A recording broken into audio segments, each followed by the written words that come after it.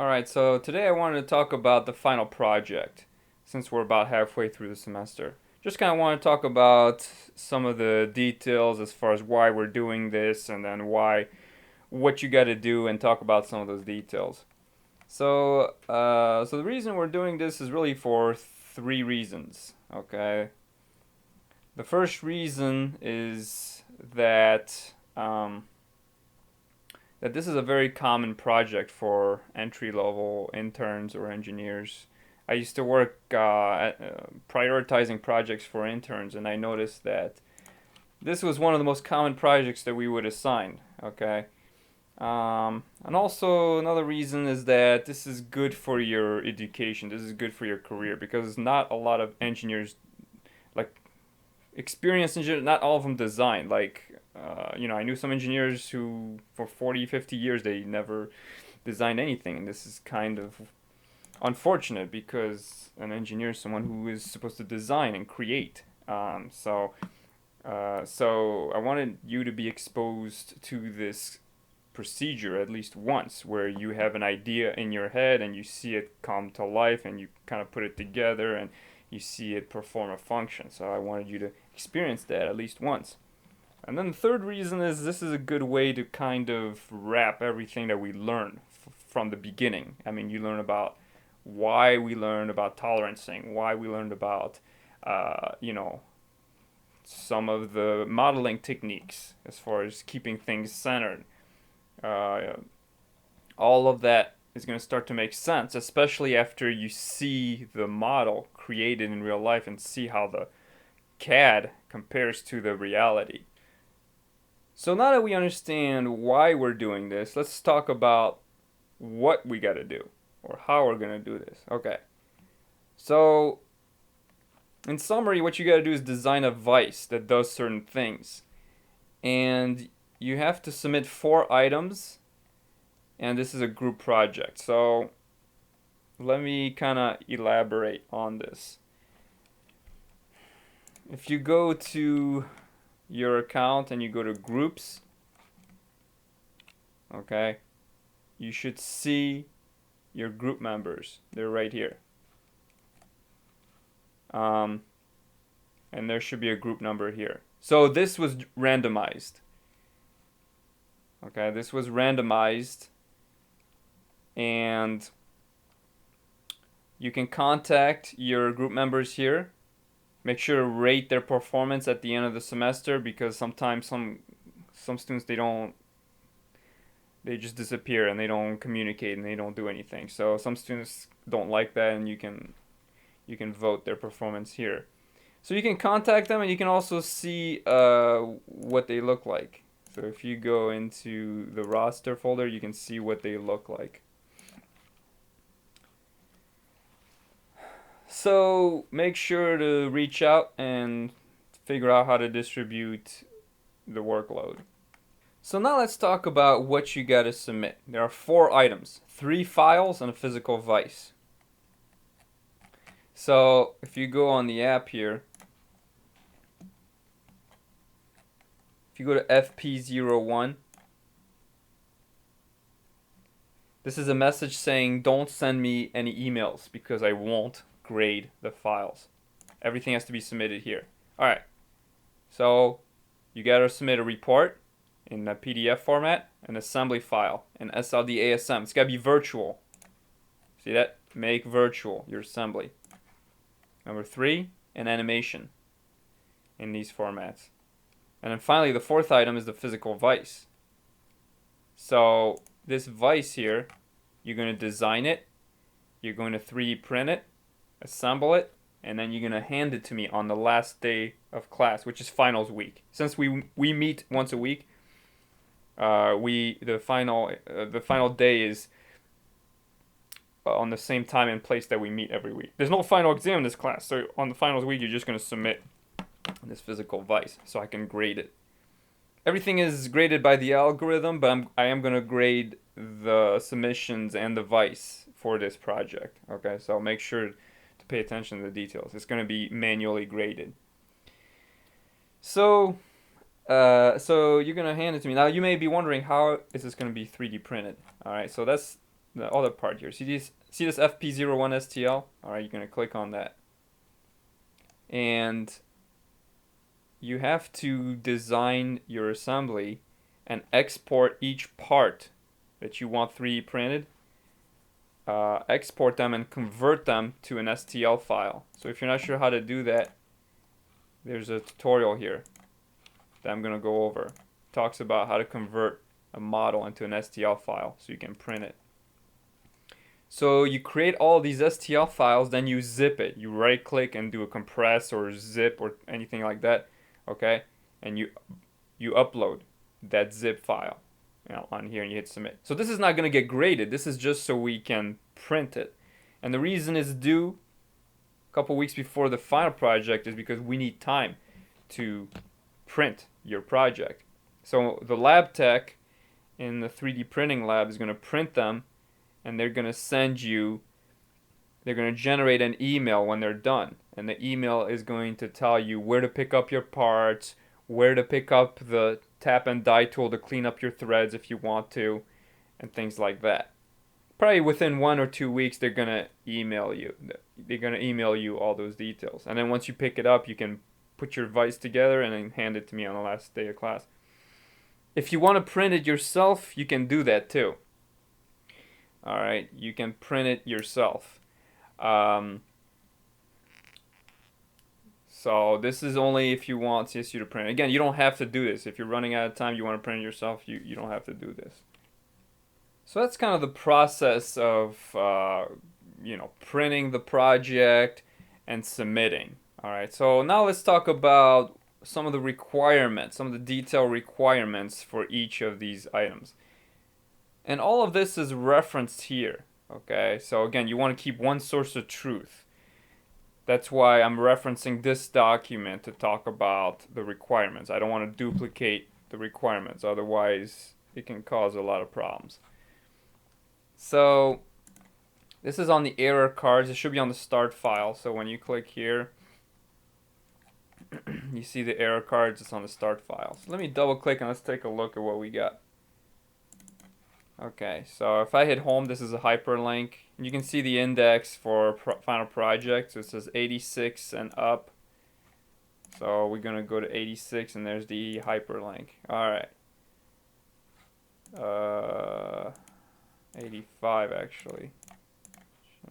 Oh, okay, these are just all the... Alright, it starts at 85. There it is. See all these are for the project. Okay. So let's talk about what this has to do. The first requirement is that it has to chuck a 1/4 inch rod, so that's the diameter, 1/4 inch rod and 1/2 inch rod. So I'm going to slide a rod inside, I'm going to hold it upside down, and if it holds it down, then we're good. So the reason I'm asking for this is because it's good to design a vise that's universal. It's good to design a vise or a machine that can take many different sizes. That's always a plus. Because you don't want to have to change the machine just for using a different size. That's not efficient. If you can design a universal fixture that can hold many parts, that's something I want you to get used to. So this is why we got to make sure that 2 sizes will fit inside this chuck. Now it sounds easier than it is because you gotta make sure your clearance can go lower than 0.25. You gotta make sure that this can clear, the sizes. So you gotta really pay attention to the details and make sure that the clearances are okay. Alright, the next requirement is that the volume has to be less than 3.5 inches cubed. So this is actually a real requirement. Like, I cannot print more than that. If your volume is more than this, then the lab tech is going to say, I cannot print it, and then you'll have to print it yourself. So the way you can check for that is you can go to the mass properties and you can see the volume of your design. And you can try to optimize it so that it's less than 3.5. So it's also good for you to optimize. Utilize the material where the stresses are highest, okay? You want to make sure to be efficient with how you utilize that material. So make sure that the volume is less than 3.5 inches cubed. There should not be any tools required to use this device.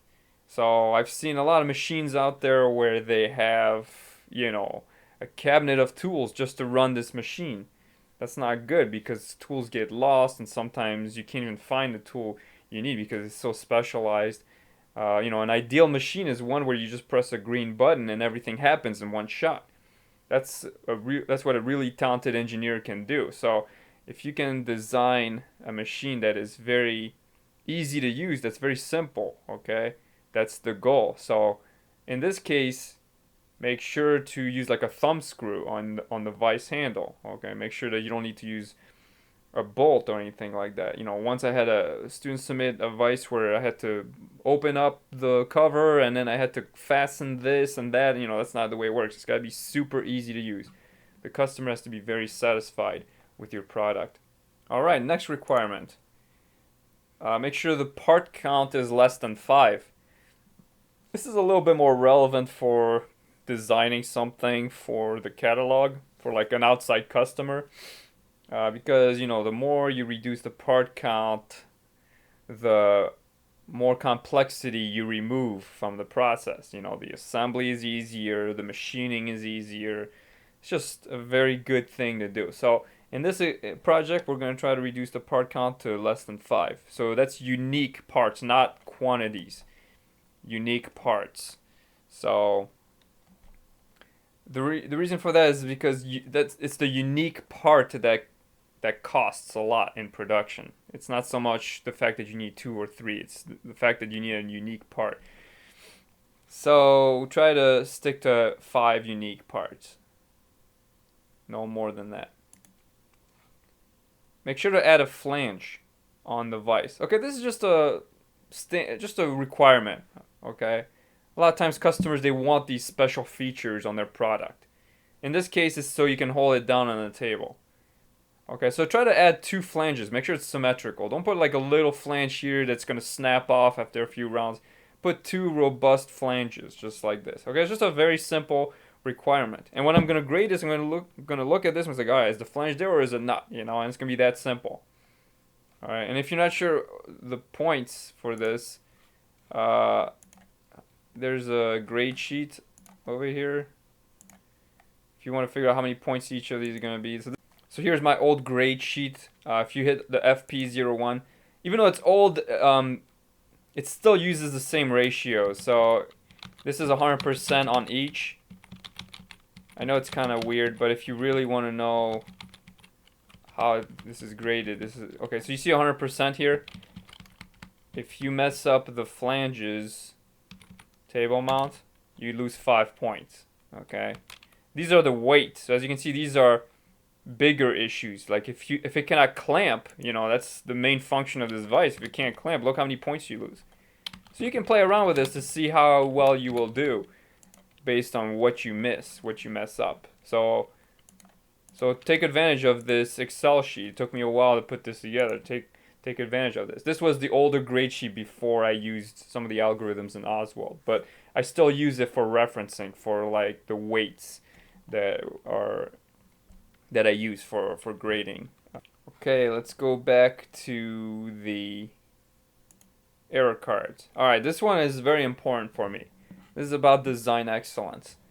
So, you want to design well. I understand if you're trying to make it work and it works, but it's got to be a good solution. You got to make sure that not only does it make the operator happy, it's also got to make the maintenance happy, it's got to make the machinist happy, it's got to be easy to manufacture, easy to assemble, it's got to make the stakeholder happy, it's got to be fast, it's got to be efficient. So there's a lot of different things you got to think about. Okay, it's got to be a good design. And so make sure that it's designed to last, make sure that the stresses are well distributed, it's easy to use, does not harm others. Okay, make sure the threads are smooth. That's a big one. If the threads are not smooth, I'm gonna take some points off for this. Sometimes it's very hard to run the threads, and it hurts your hand. So you got to make sure that the threads are really clean, really smooth, and there's no issues with that. So that's a common error, the error on the threads. So to combat that, I encourage you to use the tap and die. If you use the tap and die, it's going to clean up the threads really easily. You just run the tools through and it will cut them. But you still got to model the threads. You model the threads like the half 13, and then you run the tap and die through so you can make it even nicer. So the KISS method means to keep things straight and simple. Alright? So you don't want this to be too complicated if you don't have to.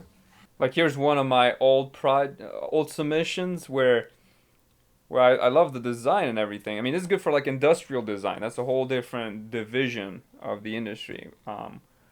But for mechanical engineering, sometimes this is more expensive. This is more than what the customer wants. It's called gold plating. Okay, gold plating means you're giving more than what the customer wants, and a lot of times that's discouraged in project management because sometimes the customer doesn't want those extra things, and it costs more and it takes more time.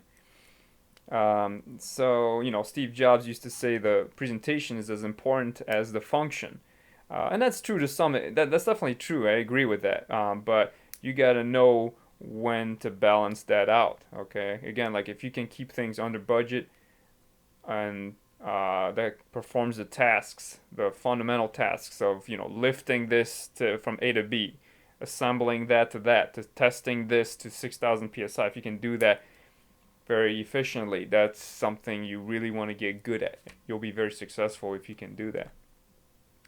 So that's what the KISS method is. It was invented by the guy that came up with the SR-61 airplane, Blackbird. Okay, Lockheed 71. Yeah, this airplane, the engineer that designed it came up with the KISS method, and you hear about it all the time in the industry. All right, it's a very common phrase. Keep it straight and simple. At least that's the polite version of it. That's the one I like. Another term I really like is poka-yoke, and that's a term from Toyota, which means to error-proof, meaning if you want something to always be successful, you have to error-proof it. So a good example of that is what you see here. You see these validators? It does not let you submit your file unless the file is this, unless the file is less than this size. So it's impossible for you to submit a bad submission because of these error proofs. If I did not have that, if I just asked you to send me an email, I'd get garbage. I'd get things all over the place. It'd be like the Wild West. I'd get all kinds of problems. And that would be a problem in the industry because you want things to be the same every single time. Everything that you submit has to be the same. So a lot of times in the industry, you'll meet a lot of supervisors and managers who aren't always so familiar with like the error proofing or poka-yoke concept, and sometimes you will hear them say over and over again on meetings, they'll say, well, they get a bunch of defects from the factory and they say, we need to retrain, right? We need to update the instruction sheets. We need to do this and that, and that's not the right approach because people are always going to make mistakes. People are always going to daydream and mess up, all right? So that's not the right approach. You don't want to retrain and you don't want to update instruction sheets. What you got to do is fix the problem at the root. You don't want to just put a band-aid on the issue. You want to fix it at the root, and if you want a real solid solution, you have to use error proofing. You have to use technology. And there are so many ways you can do that. Not just through software, but you can apply proximity switches here and there. You can put an error lock here or a light curtain. Okay, there's thousands of ways to error proof and get expert quality every single time. So this is a little bit more relevant for your career. But for this project, just keep that in mind. I mean, this is just something to keep in mind when you're designing. All right. Make sure the rod aligns well to the center of the vise, so you can achieve that with putting a little notch like this. Okay. Parts are not hanging loose. I don't want parts to fall off. You know, sometimes, like you ever notice those boards on the road that are just held by gravity? That's not a really good way to hold things down, because sometimes some machines get flipped sometimes, and you don't want things to fall off from the gravity. And I've seen that a lot of times. A lot of times engineers, they rely on gravity to hold things down. That's really bad. You want things bolted. Everything has to be well secure. So on your vise, I don't want to shake it and see parts fall off. Or if I hold it upside down, I don't want things to fall off. Everything has to be very well secure. And then your design has to be easy to assemble and disassemble. I don't encourage you to put like snap fits or like ball and socket kind of snaps. I've seen that done a couple times. I really don't like that, because it's, first of all, you got to be really careful with your tolerances, and then two, it's kind of hard to disassemble. It's kind of like a one-way assembly design, you know. So I highly discourage you from doing that. I mean, unless you're designing like a McDonald's toy where, you know, you just don't care about the maintenance of that design, you know, that may be all right. But like in the industry, try to make things very reversible. All right, so that concludes the physical vice and what it has to do.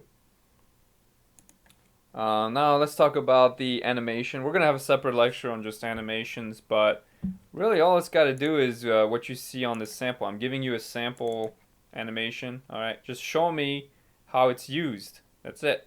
Reason this is good is a lot of times you got to do tech reviews, and you know some of the stakeholders in the meeting may not know how to read a cross-section view and things like that.